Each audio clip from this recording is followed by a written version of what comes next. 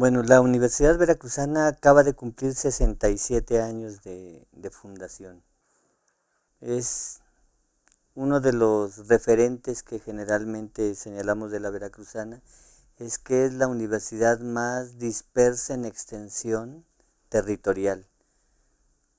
Por la forma que tiene el estado de Veracruz, tenemos programas educativos, facultades, institutos desde Coatzacoalcos hasta Poza Rica, que es una distancia considerable y hace mucho más complejo el ya de por sí complejo proceso de gestionar a una universidad como la nuestra. Esta universidad, el elemento que yo creo que vale la pena destacar en cuanto a la pregunta puntual de qué está haciendo la universidad, es qué está haciendo en la última década. En 1999 la universidad asumió para sí misma lo que en su momento se llamó el nuevo modelo educativo y que a la fecha conocemos como modelo educativo integral y flexible. Significó una transformación profunda en la organización de los planes de estudio de licenciatura, pero no nada más en el aspecto operativo, que en el aspecto operativo básicamente se empezó a usar extensamente el sistema de créditos y que implicó la flexibilidad. Los estudiantes, a partir de los planes diseñados con este enfoque del modelo educativo integral y flexible, pueden llevar diferentes pesos en cuanto a créditos, que significan horas de trabajo del estudiante, y lo que ahora llamamos experiencias educativas, de tal manera que las trayectorias se pueden hacer diferenciadas. Los estudiantes pueden ir a un ritmo rápido cursando su plan de estudios, de tal forma que pueden terminar en .75 de lo que se ubica como el periodo estándar. O sea, para dar el referente. Si un programa educativo, el plan de estudios se cursa en 8 semestres, un estudiante eligiendo mayor o menor cantidad de créditos, que en eso consiste una parte de la flexibilidad, puede salir en .75, lo que significa 6 semestres. Y llevando el estándar, salen los 8 periodos, son rangos más bien, el estándar, el mínimo y el máximo. Y el máximo se caracteriza porque un estudiante puede decidir por diversas circunstancias llevar un número menor de créditos del estándar y terminar saliendo en 1.5 el tiempo promedio, que para este programa de ejemplo que le estoy dando son hasta 12 semestres. Ese es un ejemplo de lo que el modelo planteó como 3 elementos de flexibilidad. Esta que le comentaba es la flexibilidad en el tiempo, pero también hay una flexibilidad en contenidos. Los planes de estudio implican diversidad de trayectorias de tal forma que el tránsito por el plan de estudios de un estudiante en particular es diferente del tránsito de uno de sus compañeros. Y es diferente no nada más porque yo voy más rápido y mi compañero decidió ir más lento, sino porque yo elijo unas experiencias educativas, unos cursos, unas asignaturas que tienen que ver con mis intereses profesionales, con un campo profesional de inserción que yo visualizo y que mi compañero prefiere otro campo profesional, de tal manera que va componiendo su currículum para tener un perfil diferenciado. A eso se refiere la flexibilidad de contenidos. Y el tercer elemento de la flexibilidad tiene que ver con la flexibilidad de espacios. En la inspiración del modelo, que tuvo que ver con pues todos los cambios que ha habido a nivel mundial en la educación y particularmente en la educación superior, un concepto que se manejaba mucho es, y que está asociado con otro componente también que vale la pena comentar más adelante, que es el modelo de competencias, que no solamente se aprende en las aulas, se aprende en muchos espacios que ahora referimos como ambientes de aprendizaje. Pero además las características de los ambientes de aprendizaje es que no tienen que ser presenciales, sincrónicos, simultáneos, sino que pueden ser deslocalizados. Hablamos del proceso de deslocalización de los aprendizajes, en donde un estudiante puede aprender en la biblioteca, en un laboratorio, en el centro de cómputo, en una práctica, o sea, en diferentes escenarios, de tal manera que su vida estudiantil y el tránsito por su currículum no transcurre en las aulas y en los espacios cerrados de la escuela que le corresponde, sino que el estudiante puede irse a una estancia de investigación y eso le reporta créditos. Tenemos un componente en el modelo que se llama área de formación de elección libre, que generalmente es entre el 5 y el 10% del porcentaje total de créditos y que significa alrededor de 4 o 5 experiencias educativas que tienen la característica de ser, como el nombre lo señala, de elección libre, y que lo que se induce en ese caso es que las experiencias que elijan sean de disciplinas diferentes a las que esté estudiando. Es decir, que un estudiante que estudia antropología pueda cursar una materia de karate, de natación, de cuidado de la salud, bajo la búsqueda de un perfil integral, rompiendo con esta idea de que un profesional que estudia una licenciatura se apropia de todo el bagaje de teorías y herramientas de su disciplina, pero bien pudiera ser que en el aspecto personal resultara intocable.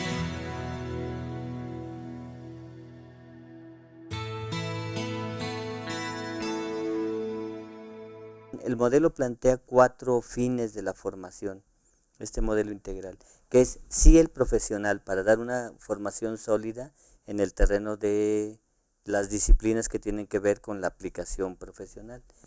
O sea, el aspecto profesional no se descuida, pero se complementa con el aspecto intelectual, de tal forma que el estudiante se vuelve un estudiante crítico, que razone, que juzgue y que además llegue hasta el aspecto no nada más de la formación como profesional, sino formación como ciudadano. Y además el componente personal y el componente social. Y bueno, aquí los referentes son obviamente la declaración de la UNESCO sobre la educación, sobre los 4 pilares de la educación. Entonces se ha recogido todo esto y el modelo ha venido funcionando desde el 99. Ya estamos cumpliendo 11 años prácticamente de la implantación de los primeros programas. El avance fue gradual, tan gradual que el último programa que entró de todos los programas que tenemos en la universidad lo hizo en agosto de este año. Hasta agosto de este año hemos podido declarar que tenemos el 100% de los programas en este modelo, con esta transformación. Un modelo flexible que tiene un área básica donde se trabajan las competencias de autoaprendizaje y comunicación. Y después un bloque de iniciación a la disciplina, que son como los fundamentos de cualquier profesión, un bloque del área disciplinar y al final el área terminal con el AFEL que ya le comentaba, pero con otra característica que es el servicio social es una experiencia educativa más, cuenta con créditos. Y el otro componente es la experiencia recepcional, lo que se conoce generalmente como tesis, o sea, el trabajo para obtención de grado, igualmente es una experiencia educativa que el estudiante cursa y acredita y con eso cierra su formación. De tal manera que todos los estudiantes que salen de este modelo terminan porque terminan graduados. O sea, la figura de pasante ya no existe en este modelo.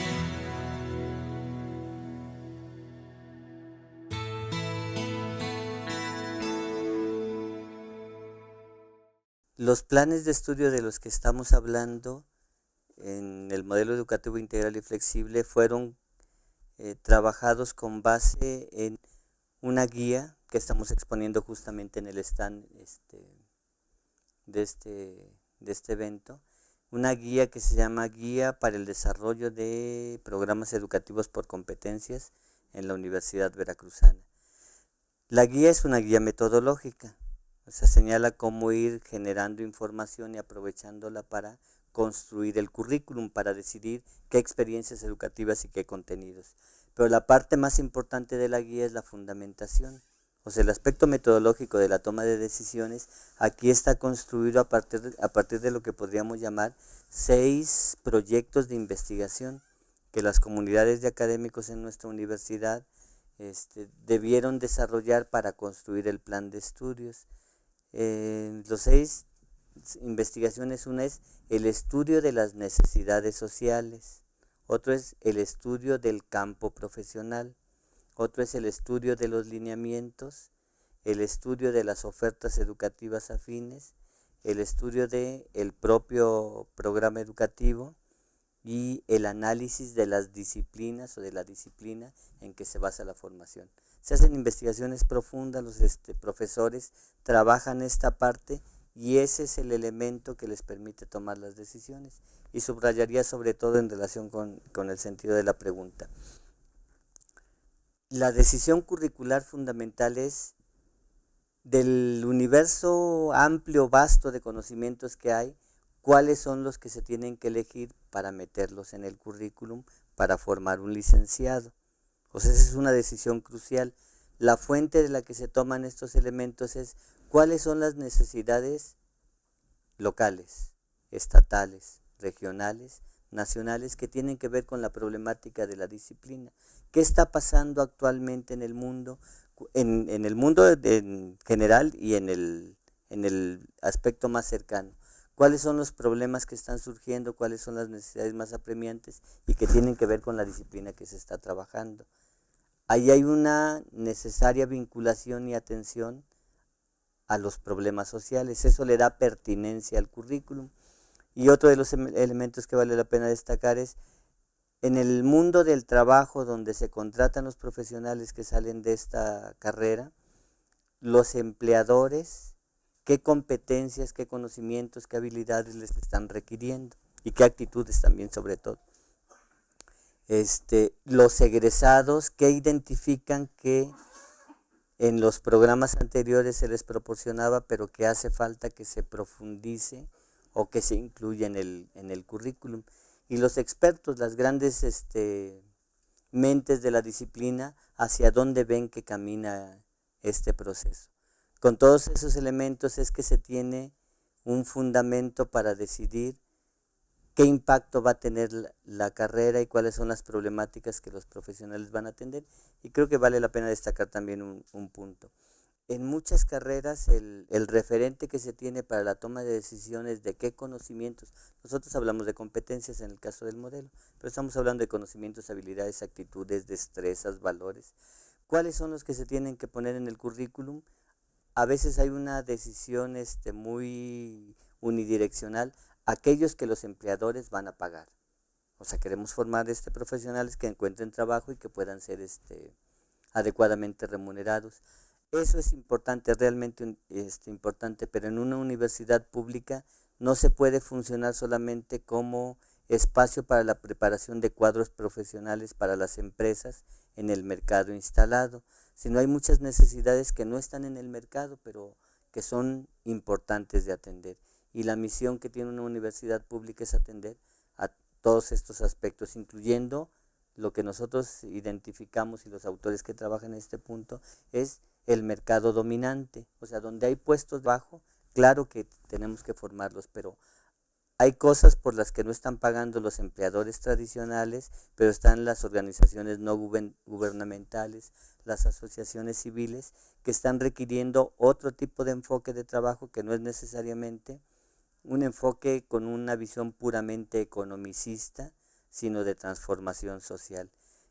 Una de las premisas que la universidad ha venido manteniendo en los últimos años es la necesidad de ser una palanca de desarrollo social, de contribuir a la distribución social del conocimiento, con el sentido de quien se beneficia de una educación universitaria es evidentemente quien se apropia de los saberes y obtiene un título porque le significa una posibilidad de empleo y de remuneración, pero finalmente el destinatario de la función de la universidad es toda la sociedad, no nada más el propio universitario que obtiene un grado. Ese es el sentido que se le da a la distribución social del conocimiento, que si el conocimiento se genera en la universidad, se construye en la universidad, se socializa en la universidad, llegue a todos los sectores de la población.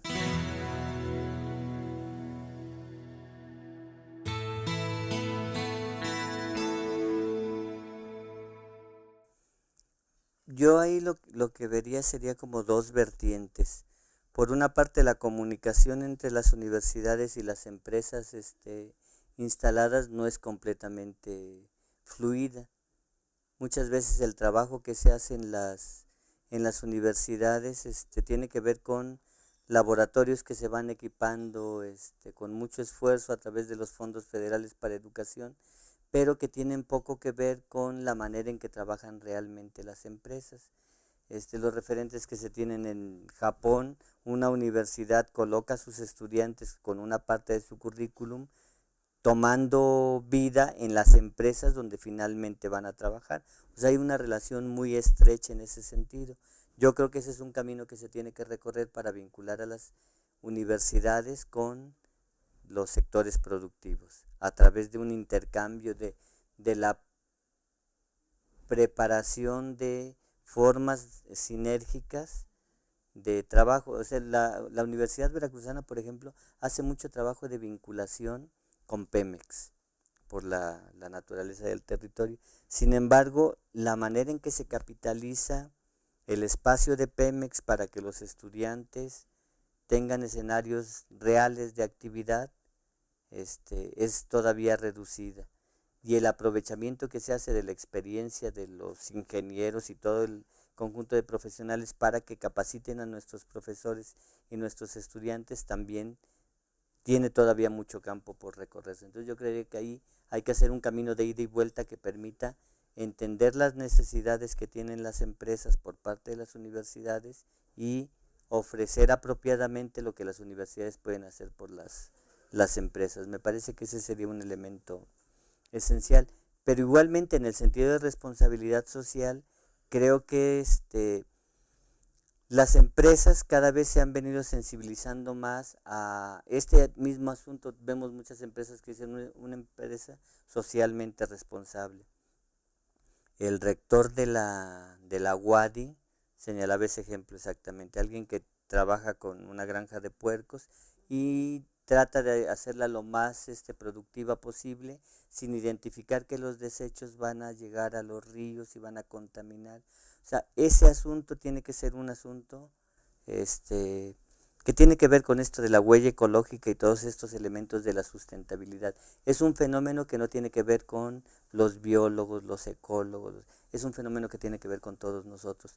O sea, cuando decimos a quién le toca el trabajo sobre la sustentabilidad, nos toca a todos, cada quien tiene que poner su parte. Entonces, en alguna medida las universidades también no tendrían que responder únicamente a lo que las empresas solicitan, sino ser capaces de reorientar el trabajo de las empresas para que fueran socialmente responsables de la misma forma.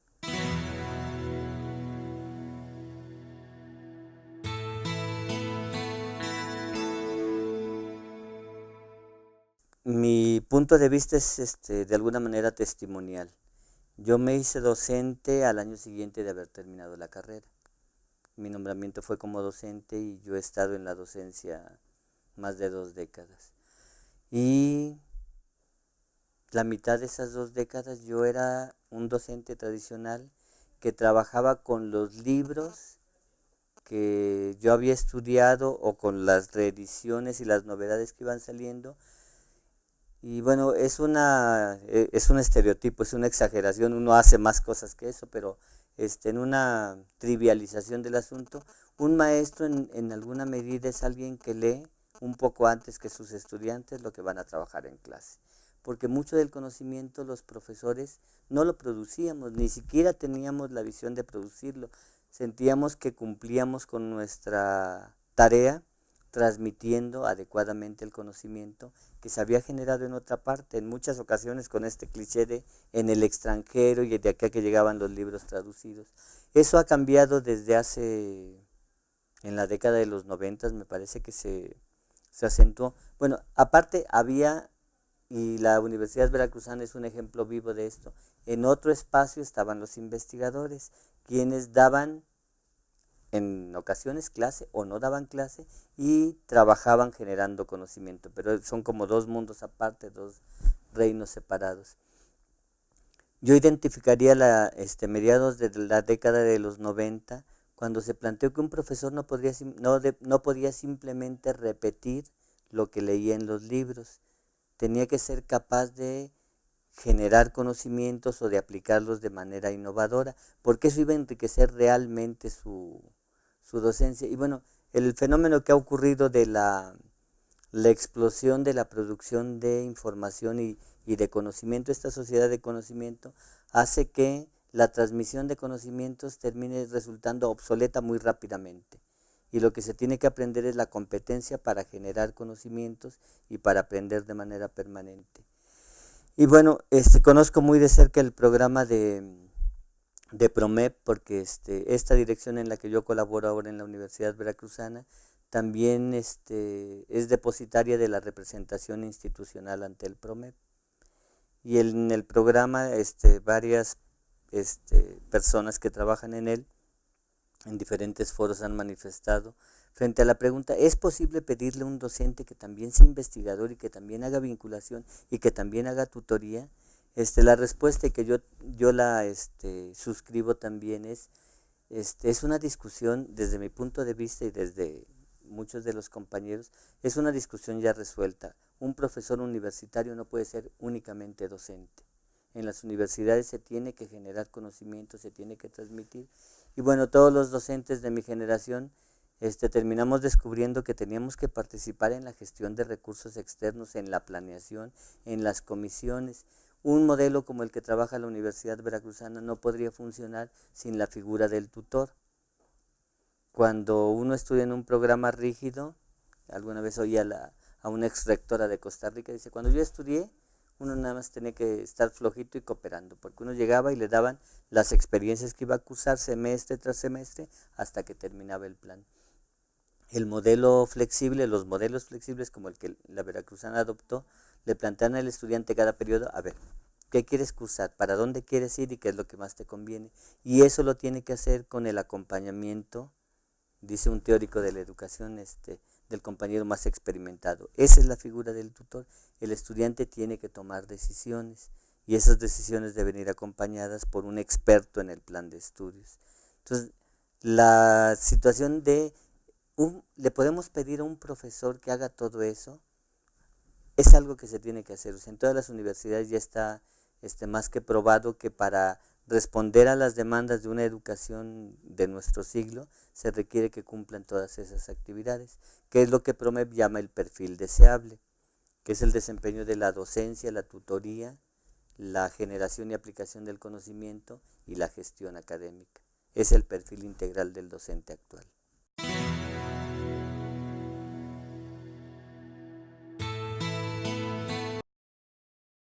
Para muchos estudiantes la participación en estos eventos les permite conocer y conocer cosas diferentes, interesantes que se hacen en otros lados, pero igualmente reconocer lo que se está haciendo en su propia institución. Creo que este tipo de intercambios siempre son enriquecedores. Y bueno, también el otro asunto es, en muchas ocasiones las buenas prácticas que conocemos a través de estos intercambios nos ahorran todo un camino, porque podemos establecer acuerdos, establecer sinergias. No gratuitamente, un icono de nuestro tiempo es el Internet, y el Internet significa una red. El trabajo en redes es muy, muy importante. Entonces creo que estos espacios es el que permite identificar a nuestros interlocutores con los que vamos seguramente a trabajar y avanzar de manera conjunta. Así que yo felicito mucho este esfuerzo y confío en que va a ser muy productivo para todos.